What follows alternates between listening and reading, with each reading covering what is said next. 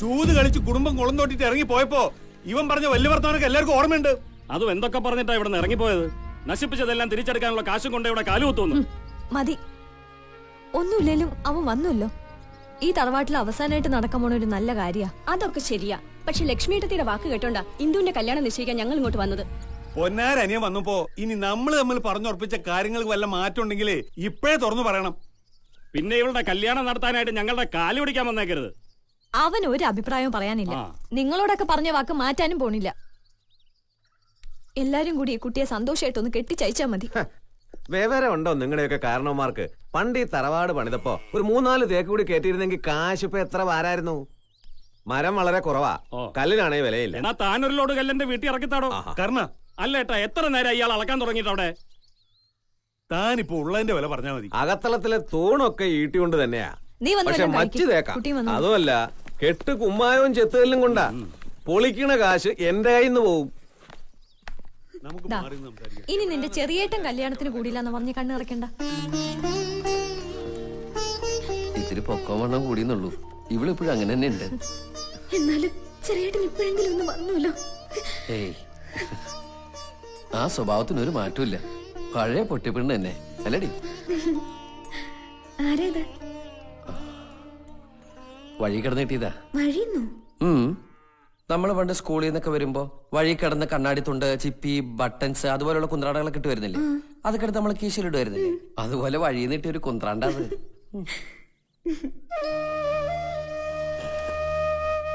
തറവാട് പൊളിച്ചു വിട്ടിട്ട് വേണോ ഈ കല്യാണം നടത്താൻ? പൊളിക്കാനും വിൽക്കാനൊന്നും ഇഷ്ടമുണ്ടായിട്ടല്ല. അച്ഛന് ഇന്നോ നാളെന്ന് പറഞ്ഞ് കിടപ്പായിട്ട് മാസം 6 ആയി.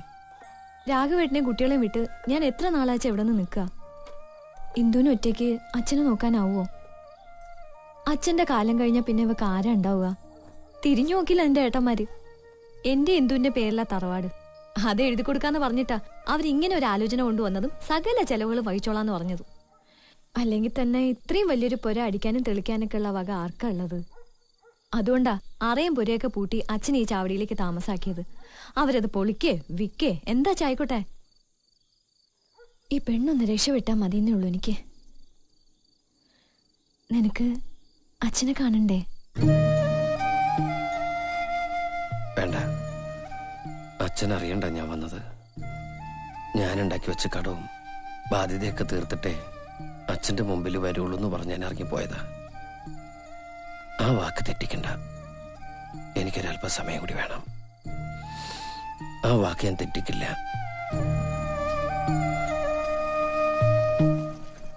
ഓ, ഈ ബാഗും താനോട് ഒരുമിച്ചാണ് തന്റെ അമ്മയുടെ വയറ്റിൽ നിന്ന് വന്നത്. തന്റെ തലയിലൊന്നും അല്ലല്ലോ ഇരിക്കുന്നേ, എന്റെ കയ്യിലല്ലേ. കള്ളന്മാരൊക്കെ നിറയുള്ള കാല. വിലപിടിപ്പുള്ളത് എന്തെങ്കിലും ഉണ്ടെങ്കിൽ ഇങ്ങോട്ട് തന്നേക്കും. പിന്നെ അതിനകത്ത് ഇരിക്കല്ലേ? അല്ല, ഞാൻ അലമാര വെച്ച് പൂട്ടിയേക്കാം. താക്കോൽ എപ്പോഴും എന്റെ മടിയിലുണ്ടാവും. ഇവിടുത്തെ അലമാരിയിൽ എന്തിരുന്നിട്ടാണോ ഇത്ര പൂട്ടണത്? പട്ടിണിയും ദരിദ്രമായിരിക്കും. ആരാ ഈശ്വര അലമാരി കണ്ടുപിടിച്ചത്?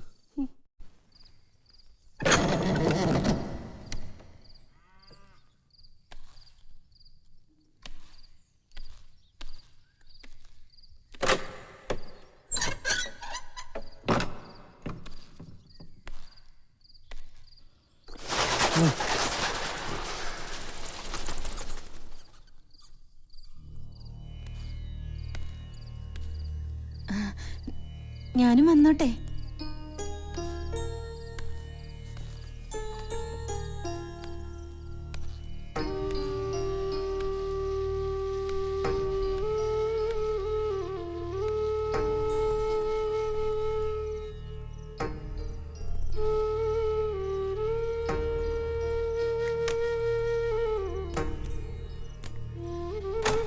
ഇയാളെന്തിനാ ഈ മുറി കുത്തി തുറക്കുന്നേ? ഇതെന്റെ മുറിയാ, കണ്ടു പൂട്ടിട്ട് പോയതാ.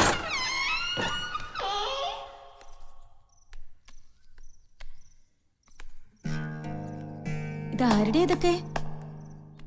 ഇയാള് വല്ലയിടത്തുനിന്നും കട്ടോണ്ട് വന്നതോ മറ്റുമാണോ? അല്ല, ഇതൊക്കെ എന്റെ തന്നെയാ.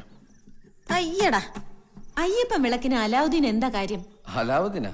അതായത് എന്റെ അമ്മായിപ്പനാ. അല്ല, എന്റെ അച്ഛൻ. എന്നാ അലാവുദ്ദീനായിരിക്കില്ല, അലവലാദീന്നായിരിക്കും. എന്താ പറഞ്ഞേ?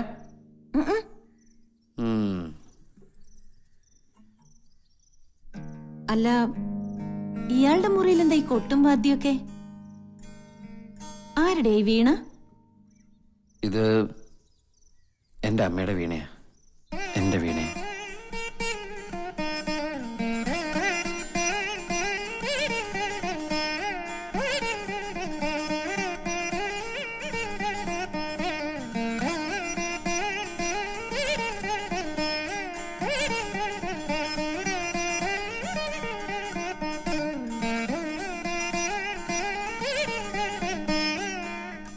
എടാ, നിന്നെ അച്ഛൻ വിളിക്കണു. ഞാൻ പറഞ്ഞില്ലേ പറയണ്ടെന്ന്. അറിഞ്ഞു. നീ അല്ലാതെ വേറെ ആരാ ഇതിവിടെ വായിക്ക? അച്ഛൻ കേട്ടു.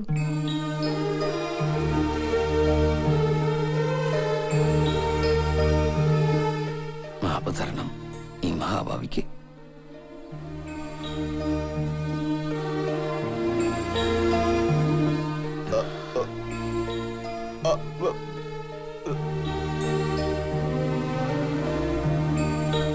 എന്താ അച്ഛാ? പാടാനോ? ആര്?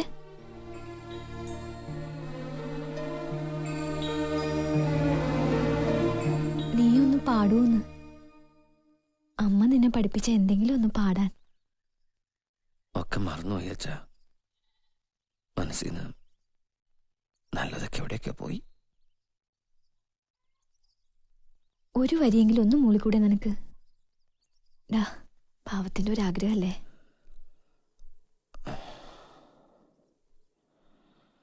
അമ്മ പഠിപ്പിച്ച എന്തെങ്കിലും. കുഞ്ഞിലെ പഠിച്ചൊന്നും മറക്കൂല. കുട്ടിയൊന്ന് ഓർത്തു നോക്കിയേ.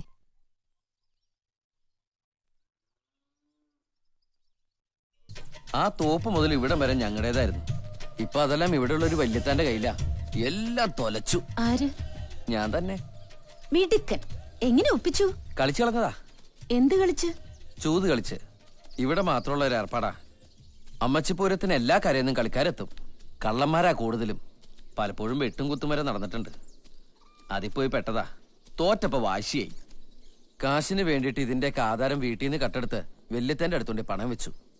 അത് പോയി. വേണ്ടാത്ത പണിയായി പോയി. പിന്നെ എന്റെ ജാതകത്തിൽ പറഞ്ഞിട്ടുണ്ടായിരുന്നു 20 വയസ്സ് വരെ എനിക്ക് കഷ്ടപ്പാടും ചീത്ത സമയമാണെന്ന്. പിന്നെയോ? പിന്നെ അത് ശീലായിക്കളും കുഴപ്പമില്ലെന്ന ജോലിച്ചൻ പറഞ്ഞേ.